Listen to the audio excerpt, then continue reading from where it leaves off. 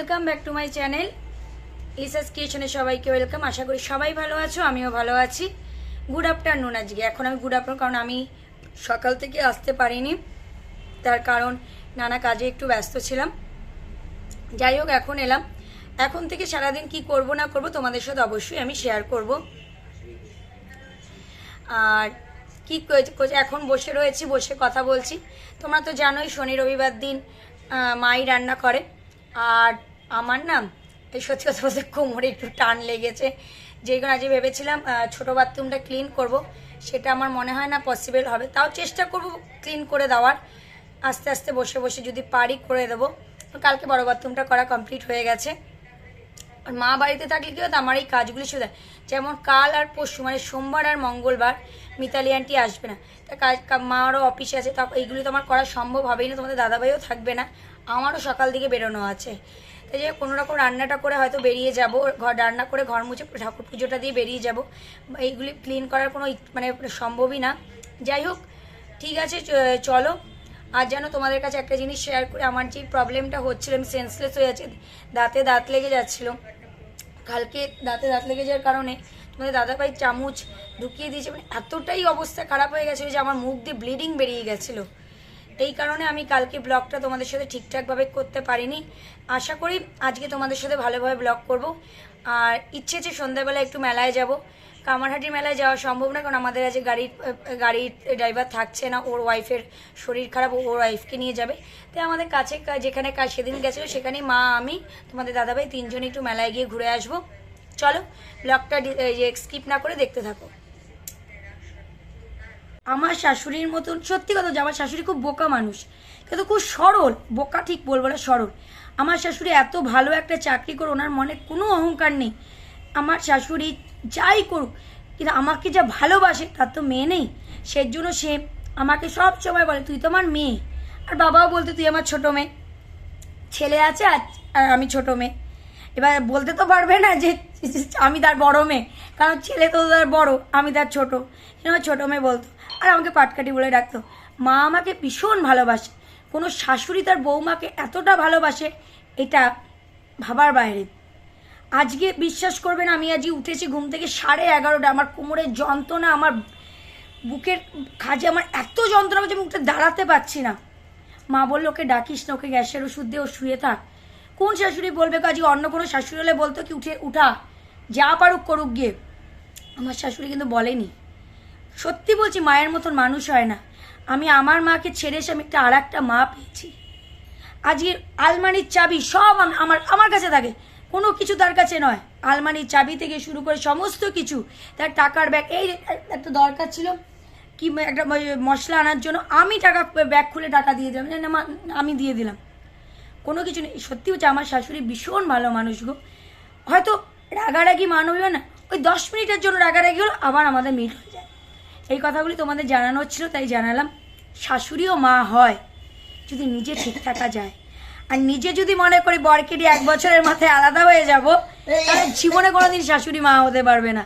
এই কথাটা তোমরা আমাদের সাথে সাপোর্ট করো। হ্যাঁ, তাও বলছি সবার শাশুড়ি সমান হয় না, তাও আমি বলে নিচ্ছি।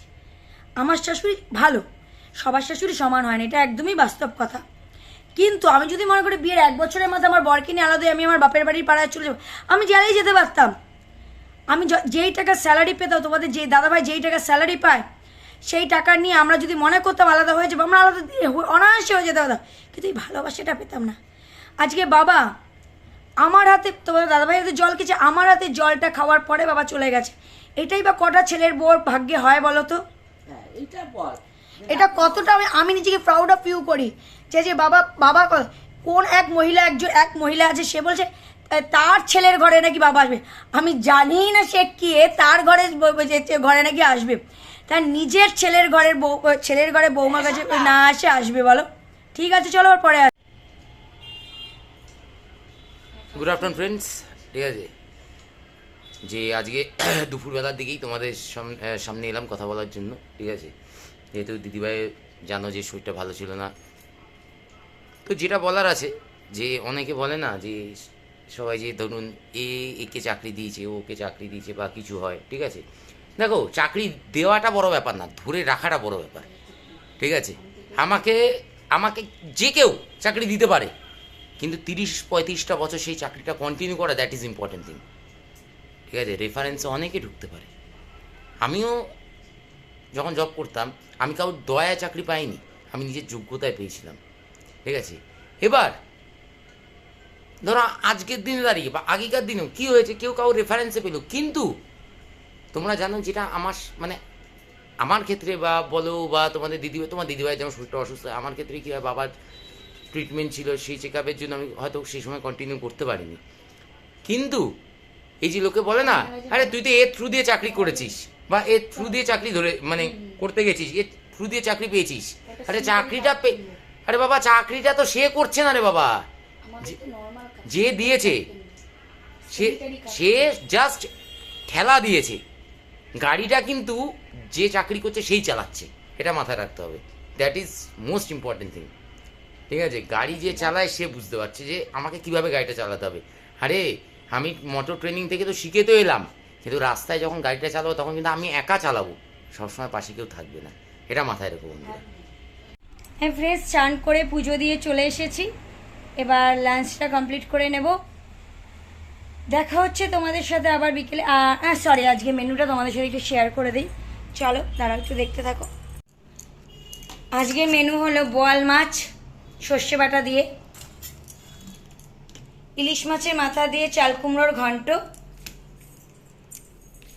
আর রয়েছে মাছের তেল, আর গার্লিক পুঁটি মাছের ঝোল রয়েছে।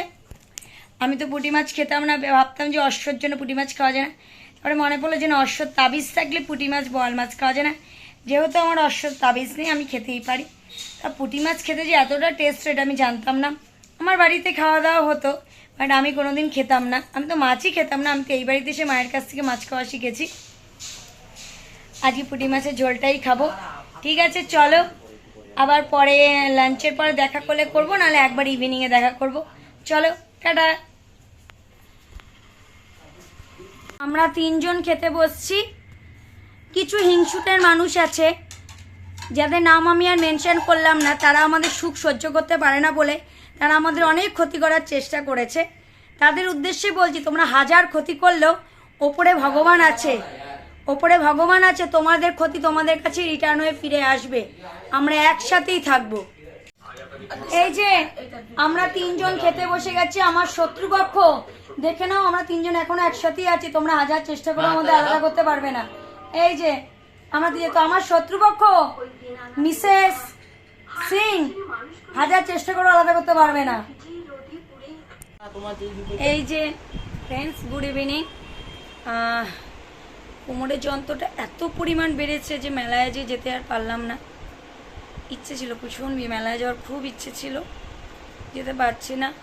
আমি কী বলো তো, আমি সিঁড়ি দিয়ে নামতে পারবো এটা আমি একদম শিওর, তো ওঠার সময় আমি পারবো কেউ নেই। যে আমি এখন আর্নিকা নিয়ে বসে আছি, এত যন্ত্রণা করছে, আমি আর পারছি না, আমি বসতে উঠতে পারছি না, ধরে ধরে আমাকে উঠতে হচ্ছে, ভীষণ কোমরে পেন হচ্ছে, আমি হেলান দিয়ে বসে আছি।